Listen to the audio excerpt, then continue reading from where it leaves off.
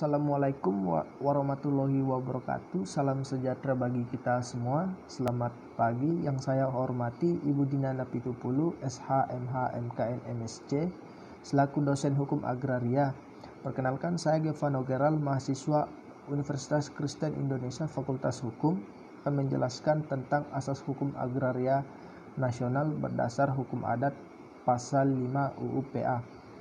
Dalam pasal 5 UU PA dinyatakan bahwa hukum agraria yang berlaku atas bumi, air, dan ruang angkasa ialah hukum adat sepanjang tidak bertentangan dengan kepentingan nasional dan negara, yang berdasar atas persatuan bangsa dengan sosialisme Indonesia serta dengan peraturan-peraturan yang tercantum dalam undang-undang ini yang dimaksudkan UU PA dan dengan peraturan perundangan lainnya. Segala sesuatu dengan mengindahkan unsur-unsur yang bersandar pada hukum agama.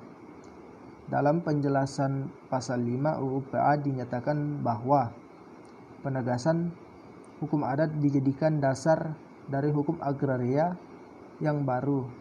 Dalam penjelasan pasal 16 UU PA dinyatakan bahwa pasal ini adalah pelaksanaan daripada ketentuan dalam pasal 4 sesuai dengan asas yang diletakkan dalam pasal 5, bahwa hukum pertanahan nasional didasarkan atas hukum adat, maka penentuan hak-hak atas tanah dan air dalam pasal ini didasarkan pula asas sistematik dari hukum adat. Pada hal itu, hak guna usaha dan hak guna bangunan diadakan untuk memenuhi keperluan masyarakat modern. Perlu kiranya ditegaskan bahwa hak guna usaha bukan hak efek dari Kitab Undang-Undang Hukum Perdata. Hak guna bangunan bukan hak obstal. Sejak berlakunya Undang-Undang Nomor 5 Tahun 1960 tentang Peraturan Dasar Pokok-pokok Agraria, lembaga efek dan obstal ditiadakan dengan dicabutnya ketentuan-ketentuan dalam buku 2 Kitab Undang-Undang Hukum Perdata.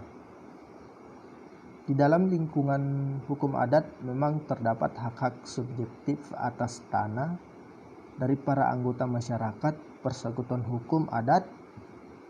Hak subjektif itu bermacam-macam isinya, sampai di mana jauh bekerjanya hak subjektif itu sangat bergantung pada intensitas hubungan antara orang yang bersangkutan dengan tanahnya. Semakin intensif hubungan itu, semakin lemahlah campur tangan hak ulayat terhadapnya. Tetapi semakin kurang hubungan itu, maka semakin kuatlah bekerjanya hak ulayat terhadap tanah itu.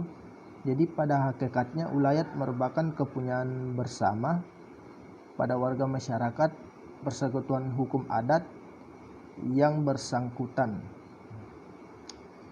Tanah ulayat merupakan peninggalan nenek moyang atau karunia suatu yang gaib kepada para warga masyarakat.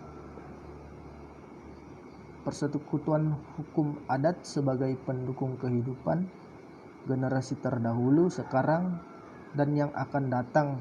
Oleh karena itu, tanah ulayat wajib dikelola dan dimanfaatkan untuk memenuhi kebutuhan bersama para warga masing-masing dan keluarganya.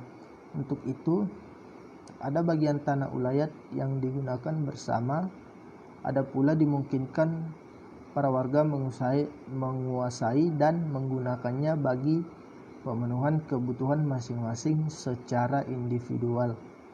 Penggunaan tanah oleh para warga tersebut dilandasi beberapa penguasaan yang dalam ilmu hukum agraria disebut hak-hak atas tanah. Sekian dari presentasi saya.